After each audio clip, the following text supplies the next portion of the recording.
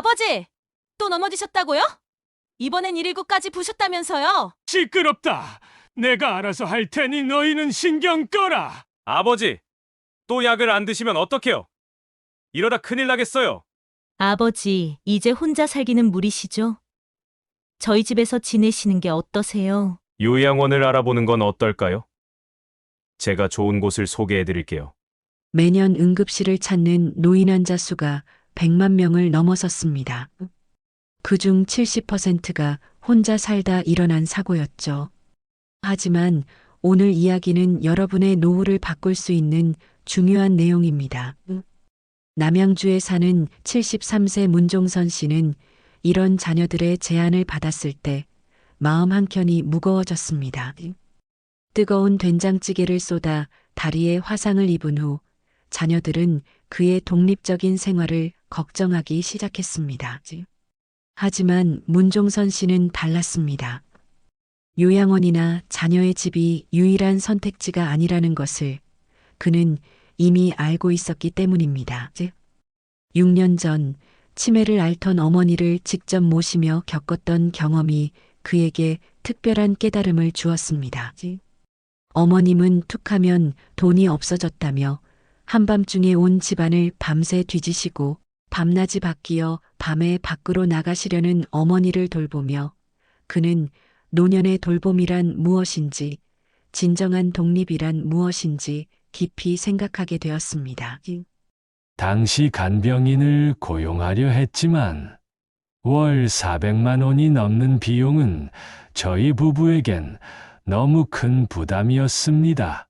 하지만 그때 깨달았죠. 돈이 많다고 해결되는 게 아니라는 걸. 오히려 우리가 할 수 있는 범위 내에서 최선의 돌봄 방식을 찾는 게 더 중요하다는 걸 말이에요.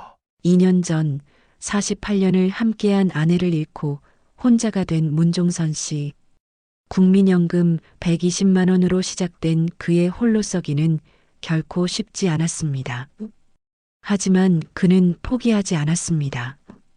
어머니를 모시며 배운 경험을 바탕으로 새로운 삶의 방식을 찾아 나섰기 때문입니다. 잠시 이야기를 멈추고 시청자 여러분께 말씀드리겠습니다. 여러분 중에도 비슷한 고민을 하고 계신 분들이 많으실 것 같습니다. 나이가 들면 자녀에게 의지하거나 요양원에 가는 것만이 정답일까요? 앞으로 이어질 문종선 씨의 이야기는 우리에게 또 다른 가능성이 있음을 보여줄 것입니다. 이 이야기가 도움이 되실 것 같다면 구독과 좋아요 버튼을 눌러주세요. 알림 설정도 해두시면 다음 이야기도 놓치지 않고 보실 수 있습니다. 오늘 문종선 씨는 자신만의 특별한 방법으로 매달 국민연금 120만 원으로도 충분히 독립적인 생활을 이어가고 있습니다. 자녀들의 도움 없이도 요양원에 가지 않고도 행복한 노후를 보내고 있는 그의 특별한 비결을 지금부터 자세히 들려드리도록 하겠습니다. 많은 분들이 가장 궁금해하시는 것이 바로 이것입니다. 과연 국민연금 120만 원과 퇴직연금 50만 원으로 혼자서 생활이 가능할까요? 월 수입 170만 원으로 생활하는 문종선 씨는 이 질문에 자신 있게 그렇다고 답합니다. 비결은 바로 선택과 집중에 있었습니다. 매달 받는 170만 원의 수입. 이는 결코 넉넉한 금액이 아닙니다. 요즘은 한 끼 식사를 사 먹으려 해도 만 원은 기본이고 장을 보려 해도 물가가 많이 올라 부담이 큽니다. 문종선 씨는 이런 현실을 감안해 생활비를 최대한 효율적으로 배분했습니다. 생활관리사 도움 비용으로 40만 원, 공과금과 관리비로 30만 원을 써야 하고 의료비와 기타 생활비로 30만 원이 들어갑니다. 남은 70만 원으로 한 달 식비를 해결해야 하는데 이는 하루 평균 2만 3천 원 정도입니다. 세 끼를 기준으로 하면 한 끼당 7,700원 정도밖에 되지 않죠. 복지관을 통해 알게 된 생활관리사 제도는 문종선 씨의 생활을 완전히 바꾸어 놓았습니다. 이 제도의 가장 큰 장점은 크게 두 가지로 나눌 수 있습니다. 우선 복지관을 통해 무료로 제공되는 정기 방문 서비스가 있습니다. 생활관리사가 주 2회 방문하여 안부를 확인하고 말동무가 되어줍니다. 이는 정부 지원으로 이루어지는 서비스라 본인 부담금이 전혀 없습니다. 여기에 더해 문종선 씨는 생활관리사와 별도 계약을 맺어 주 3회, 저녁 시간대에 추가적인 도움을 받고 있습니다. 이것이 바로 월 40만 원이 들어가는 부분입니다. 24시간 간병인 비용이 500만 원이 넘는다는 점을 고려하면 이는 매우 합리적인 선택이라고 할 수 있습니다. 이런 빠듯한 상황에서 생활관리사의 도움은 단순한 가사 지원을 넘어 경제적으로도 큰 도움이 됩니다. 주 3회 저녁 식사를 준비해 주시는데 이때 넉넉히 해주시는 덕분에 이틀은 더 먹을 수 있습니다. 또 반찬을 미리 만들어 놓아주셔서 혼자 끼니를 해결할 때도 든든합니다. 물론 건강 체크와 말동무가 되어주는 정서적 지원도 큰 힘이 됩니다. 스마트폰으로 약 복용 시간을 알려주고 주기적으로 마트에 동행하여 장보기를 도와주는 등 꼭 필요한 부분에서 세심한 도움을 받을 수 있습니다. 특히 주목할 점은 시간제 도움의 효율성입니다. 요양원이나 24시간 간병인과 달리 자신의 프라이버시는 지키면서도 꼭 필요한 시간에만 도움을 받을 수 있다는 것이 큰 장점입니다. 저녁 식사 준비가 가장 부담되는 시간대에 집중적으로 도움을 받고 나머지 시간은 스스로 해결할 수 있기 때문입니다. 이러한 방식은 경제적인 면에서도 매우 효율적입니다. 요양원 비용이 월 250만 원에서 300만 원 정도 든다는 점을 감안하면 40만 원으로 필요한 도움을 받으면서도 자신의 집에서 독립적인 생활을 유지할 수 있다는 것은 큰 장점입니다. 문종선 씨의 사례는 우리에게 중요한 깨달음을 줍니다. 노년의 자립적인 생활이란 혼자서 모든 것을 완벽하게 해내는 것이 아니라 필요한 도움을 적절히 활용하면서 자신의 생활을 주도적으로 이끌어가는 것임을 말입니다. 이것이야말로 진정한 의미의 독립적인 노후 생활이 아닐까요? 생활관리사 김 씨는 어느 날 문종선 씨에게 중요한 제안을 했습니다. 노인 장기 요양보험을 신청해 보시는 게 어떠세요? 다리 화상 후유증도 있으시고 이제 연세도 있으시니 4등급은 받으실 수 있을 것 같은데요. 처음에 문종선 씨는 부정적이었습니다. 아직 그 정도로 도움이 필요한 상태는 아니야라는 자존심 때문이었습니다. 하지만 곰곰이 생각해 보니 이 또한 요양원이나 자녀에게 의지하지 않고 독립적으로 살아갈 수 있는 또 하나의 현명한 선택이 될 수 있겠다는 생각이 들었습니다. 4등급만 받으셔도 월 60시간의 방문 요양 서비스를 받으실 수 있어요. 본인 부담금은 월 15만 원 정도고요. 제가 퇴근 후에 도와드리는 것과 함께 활용하시면 더욱 안정적인 생활이 가능하실 거예요. 실제로 문종선 씨는 4등급 판정을 받았고 이를 통해 더욱 체계적인 도움을 받을 수 있게 되었습니다. 방문 요양 서비스는 오전에 3시간씩 와주었고 생활관리사 김 씨는 저녁에 2시간씩 도와주었습니다. 170만 원이라는 제한된 수입으로도 충분히 자립적인 생활이 가능했던 것은 이처럼 정부의 복지 서비스를 현명하게 활용했기 때문입니다. 요양원에 가면 한 달에 250만 원이 넘게 들고 등문의 시간 간병인을 쓰면 500만 원이 넘습니다. 하지만 저는 방문요양 본인 부담금 15만 원과 생활관리사 비용 40만 원, 총 55만 원으로 필요한 모든 도움을 받고 있어요. 게다가 내 집에서 내가 원하는 방식대로 생활할 수 있죠. 문종선 씨의 하루는 이렇게 진행됩니다. 오전에는 방문요양 선생님과 함께 집 안을 정리하고 가벼운 운동을 합니다. 점심은 혼자서 해결하지만 전날 생활관리사가 미리 준비해둔 반찬이 있어 어렵지 않습니다. 저녁 때는 생활관리사의 도움을 받아 따뜻한 식사를 하고 내일 먹을 반찬도 준비합니다. 처음에는 이렇게 여러 사람의 도움을 받는 게 불편하고 어색했어요. 하지만 지금은 압니다. 이것이야말로 현명한 노후 생활 방식이라는 걸요. 요양원에 가거나 자녀들에게 부담을 주는 것보다 이렇게 체계적으로 도움을 받으면서 독립적으로 사는 것이 훨씬 낫습니다. 문종선 씨의 이야기는 우리에게 새로운 관점을 제시합니다.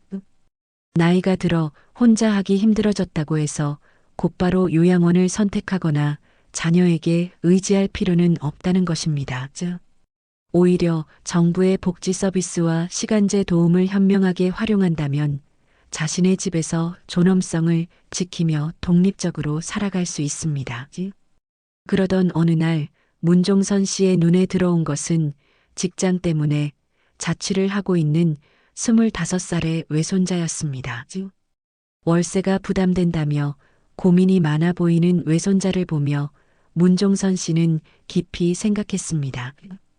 자신의 독립적인 생활을 유지하면서도 세대 간의 새로운 협력 모델을 만들 수 있지 않을까? 너가 우리 집으로 들어오면 어떻겠니? 방도 널찍하고 나도 이제 나이가 들어 누군가 밤에 함께 있어주면 좋을 것 같구나. 외손자는 처음에는 망설였습니다. 하지만 할아버지가 이미 방문 요양 서비스와 생활관리사의 도움으로 안정적인 생활을 하고 있다는 것을 알게 되자 마음을 열었습니다. 자신이 할아버지를 온종일 돌봐야 한다는 부담감이 없었기 때문입니다. 할아버지, 제가 들어와 살면서 월세는 안 내도 되나요? 그래. 대신 밤에 내가 갑자기 아프거나 하면 병원에 데려다 주는 거야. 그건 당연하죠. 제가 차도 있는데. 이렇게 시작된 세대 간 협력은 놀라운 시너지를 만들어냈습니다.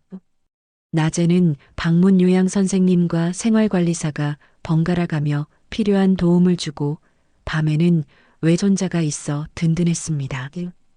외손자는 월세를 아낄 수 있었고 문종선 씨는 밤 시간의 불안감을 해소할 수 있었습니다. 이런 생활의 진가는 얼마 지나지 않아 입증되었습니다.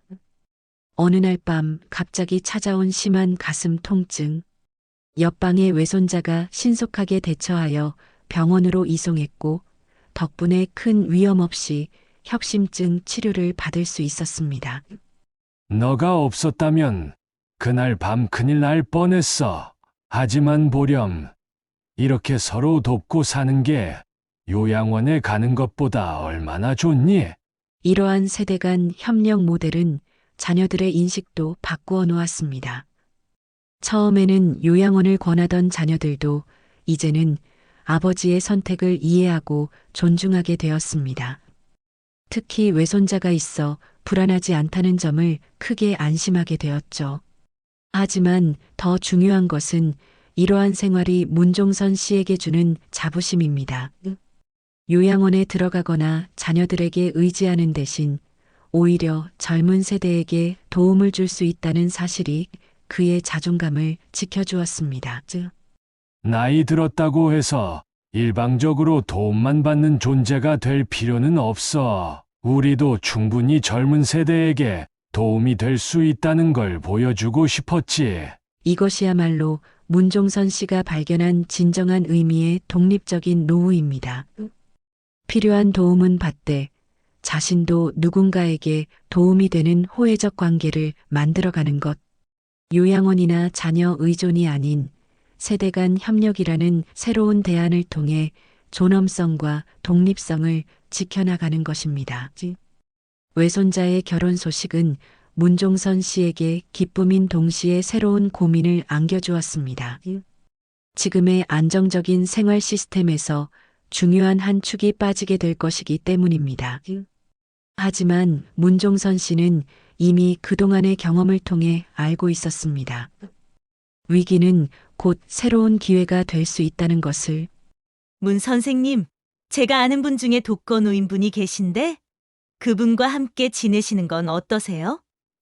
서로 의지도 되고 좋을 것 같은데. 생활관리사 김 씨의 제안은 문종선 씨에게 새로운 영감을 주었습니다. 처음에는 낯선 사람과 산다는 게 걱정되었지만 소개받은 박 선생님은 73세의 전직 교사로 문종선 씨와 비슷한 처지에 있는 분이었습니다. 저도 혼자 살다 보니 심심할 때가 많았어요. 이렇게 대화할 친구가 생기면 좋을 것 같네요. 두 사람의 동거는 예상보다 훨씬 더 성공적이었습니다. 각자 자신의 방문 요양 서비스를 받으면서도 서로를 살펴줄 수 있다는 것이 큰 장점이었습니다. 특히 밤중에 들리는 발자국 소리나 기척이 오히려 안도감이 되어 주었죠. 요양원에 가면 늘 누군가와 함께 있지만 오히려 외롭다고들 하더군요. 하지만 우리는 달라요. 서로의 프라이버시는 지키면서도 필요할 때 대화하고 도울 수 있으니까요. 각자의 방문 요양 시간이 다르다 보니 하루 종일 누군가의 기척이 있어 집안이 훨씬 생기 있어졌습니다. 아침에는 박 선생님의 방문 요양 선생님이 오시고 오후에는 문종선 씨의 담당 선생님이 오십니다. 저녁이면 생활관리사가 두 사람의 저녁 식사를 준비해 주시니 하루가 더없이 풍성해졌습니다. 무엇보다 큰 장점은 경제적인 부분이었습니다. 생활비를 분담하니 각자의 부담이 줄어들었고 서로의 방문 요양 시간을 적절히 활용하니 돌봄의 공백도 거의 없어졌습니다. 혼자 살 때는 170만 원으로 빠듯했는데 이렇게 함께 지내니 여유가 생겼어요. 게다가 24시간 누군가와 함께 있는 요양원과 달리 우리는 서로의 생활 패턴을 존중하면서도 필요할 때 도움을 주고받을 수 있죠. 매일 아침 두 사람이 함께하는 산책은 이제 하루의 활력소가 되었습니다. 서로의 건강을 살피면서 때로는 말없이, 때로는 이야기를 나누며 걷는 시간이 쌓여갑니다. 이것이야말로 요양원이나 자녀 의존이 아닌 노년의 새로운 자립적 생활 모델이 아닐까요?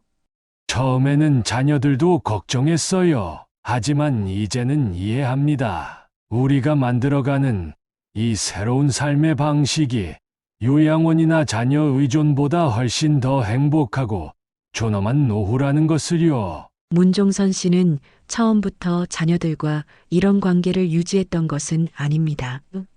화상을 입고 난 후 큰딸의 집에서 보낸 한 달은 그에게 많은 것을 생각하게 했습니다.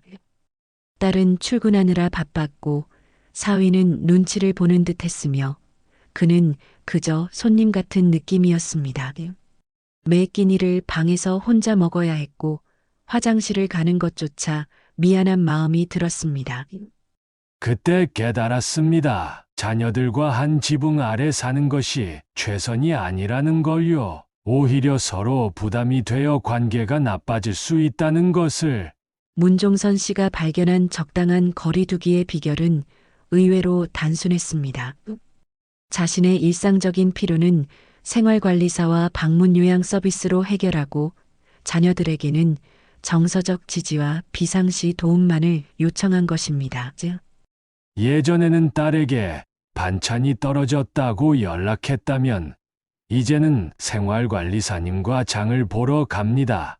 대신 주말에 딸이 오면 함께 차를 마시며 이야기를 나눕니다. 관계가 훨씬 더 따뜻해졌어요. 특히 주목할 만한 것은 자녀들과의 대화 방식입니다. 문종선 씨는 자신의 어려움을 토로하는 대신 늘 긍정적인 소식을 전합니다.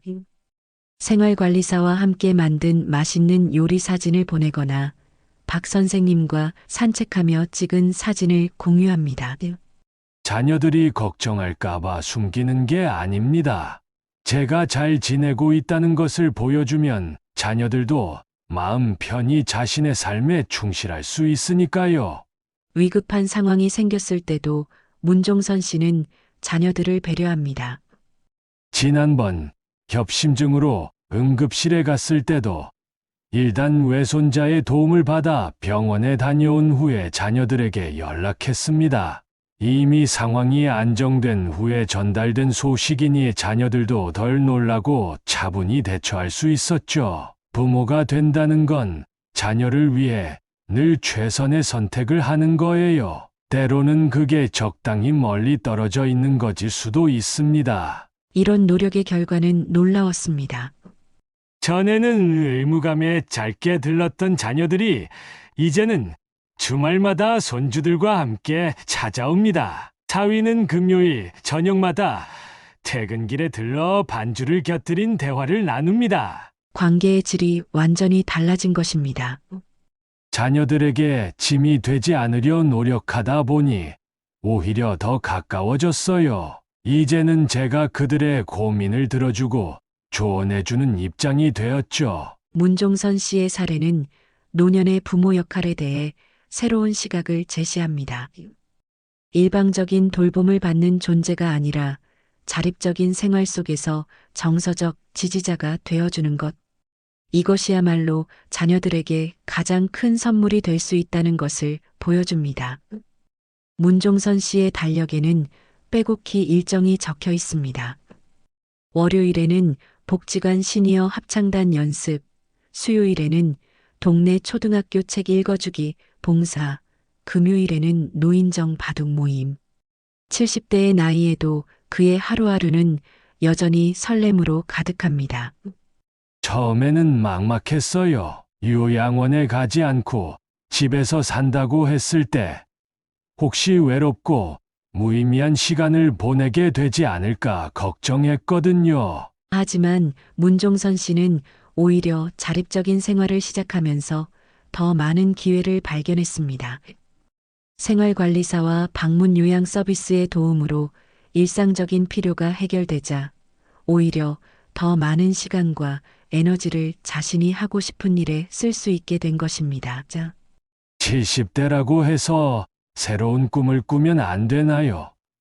저는 오히려 지금이 진정한 내 삶을 시작할 기회라고 생각합니다. 문종선 씨는 작은 수첩을 꺼내 보여주었습니다. 거기에는 그의 버킷리스트가 적혀 있었습니다. 첫 번째 식구들과 제주도 여행 가기. 두 번째 동네 아이들에게 책 100권 읽어주기. 세 번째 스마트폰으로 영상 편집하는 법 배우기.